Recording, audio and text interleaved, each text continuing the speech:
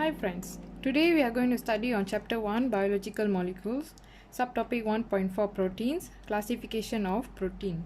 So the learning outcomes for today's topic will be classify proteins according to their functions. So proteins can be classified into their structures, composition and function.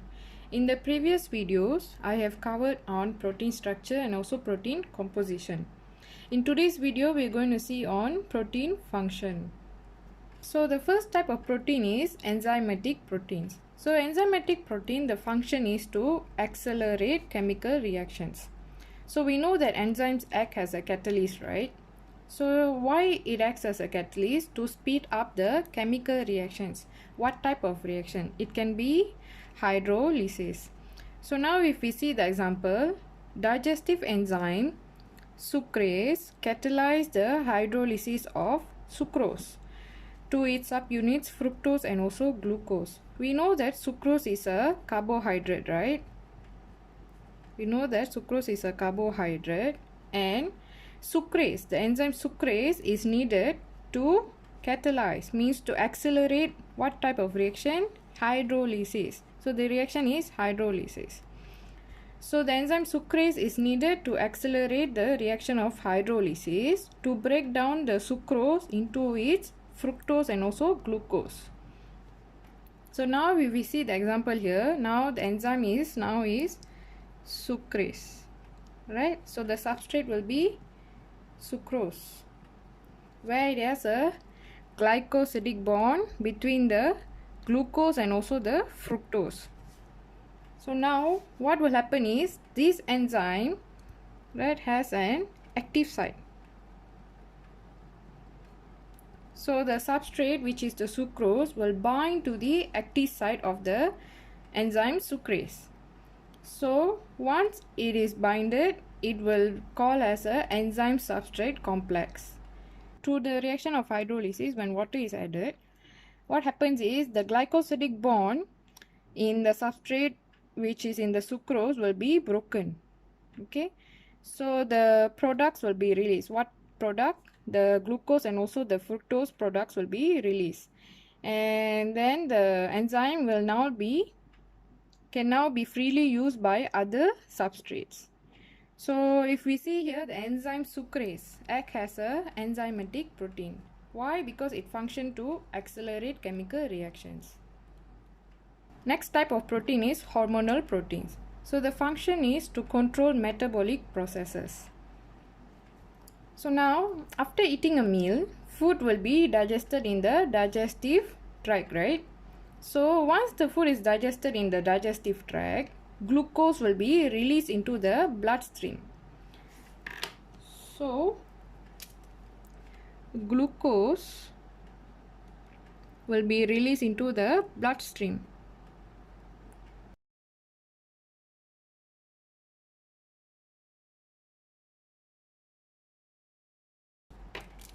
So once glucose is released into the bloodstream, there are more amount of glucose present in the bloodstream.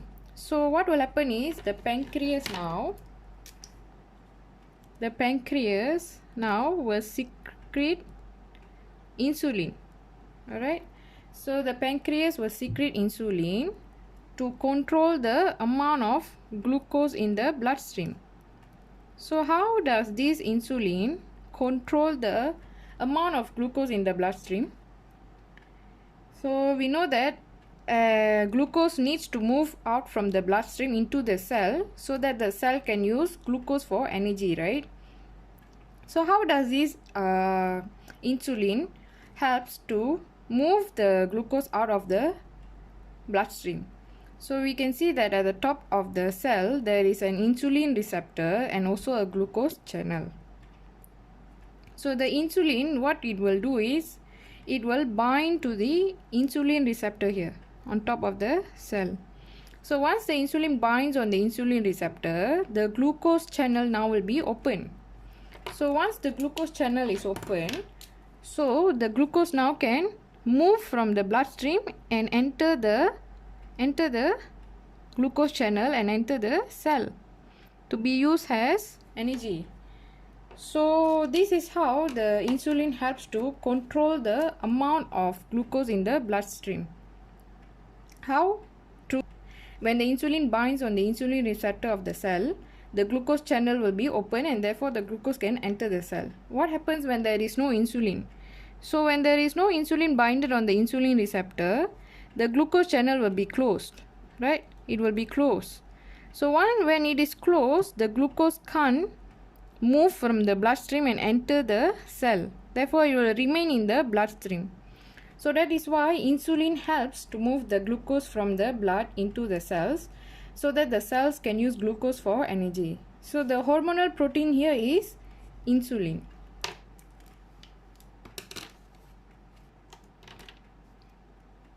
Next is transport proteins.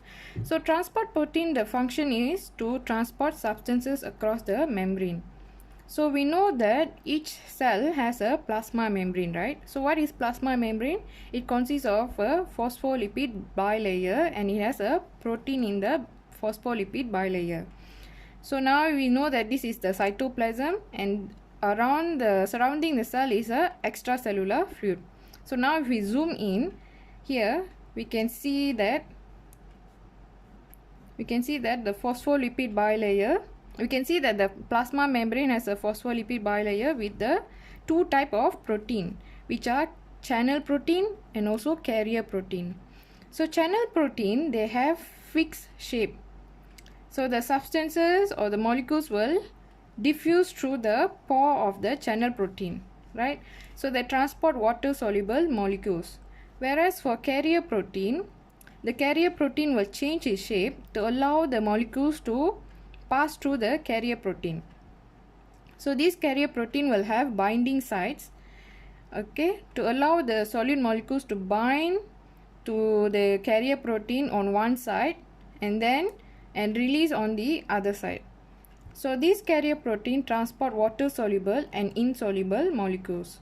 So we know that transport proteins are channel protein and also carrier protein. Their function is to transport substances across the membrane.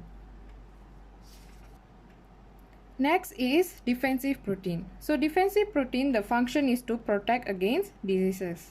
So now we can see that we have a pathogen and also an antigen.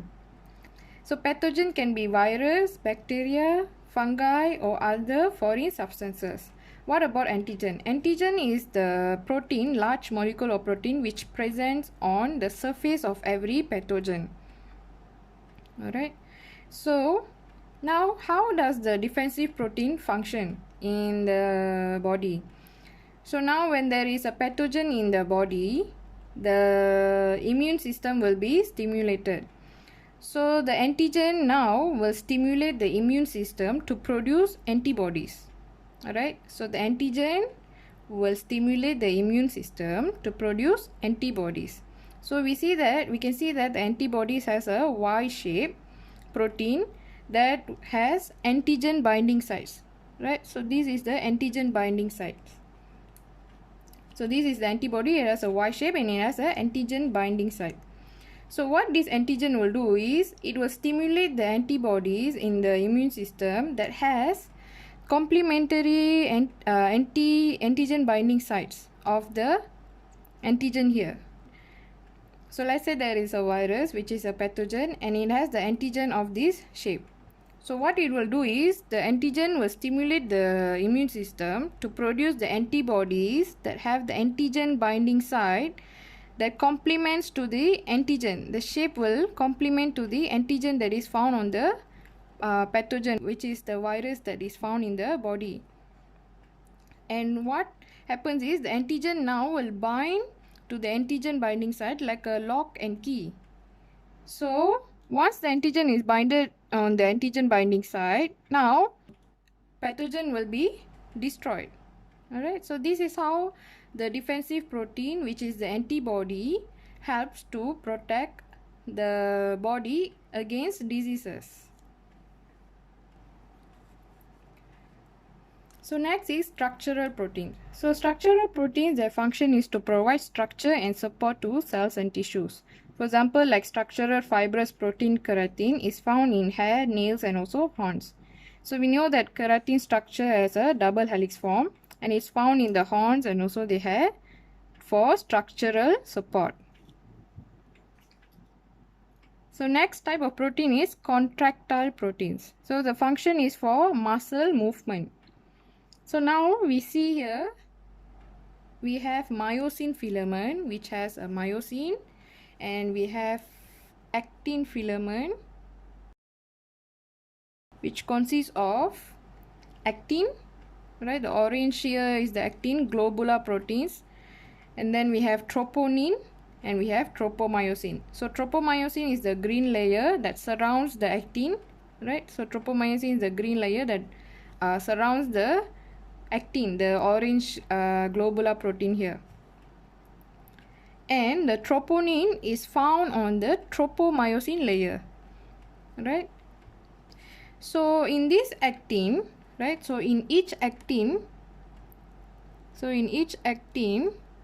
right, there is a myosin binding site. Alright, so each actin has a myosin binding site. We call this as myosin binding site.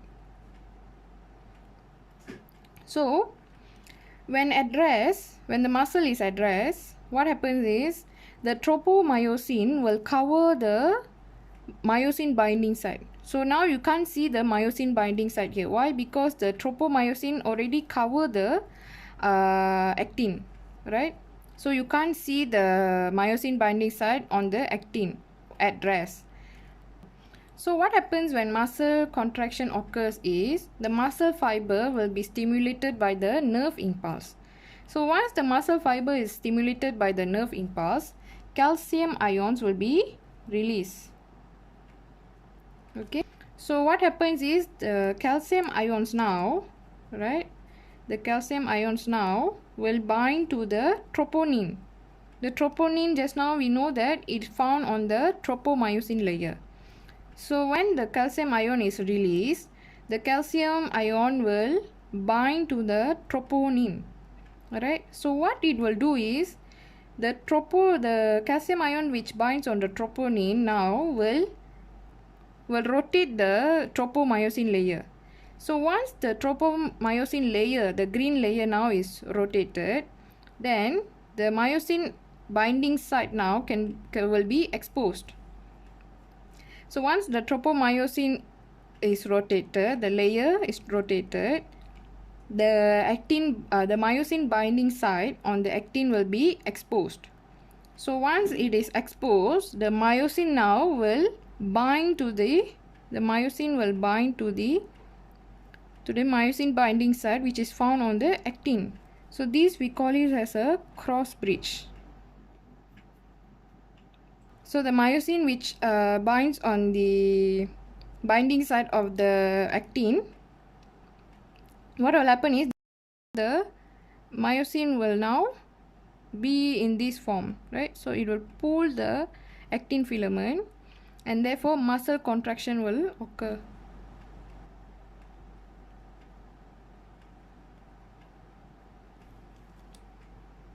So the contractile protein here is the myosin. Next is storage protein. So the function is to act as a source of amino acid. It stores amino acid. So for example, like the ovalalbumin is a source of amino acids in egg white. Okay. So for example, like in the bird embryo, we can find albumin. Alright, the egg white. This albumin, it stores amino acids. So the storage of amino acid will help for the development of embryo. So the ovalalbumin, which is the albumin here, acts as a storage protein where it stores amino acids.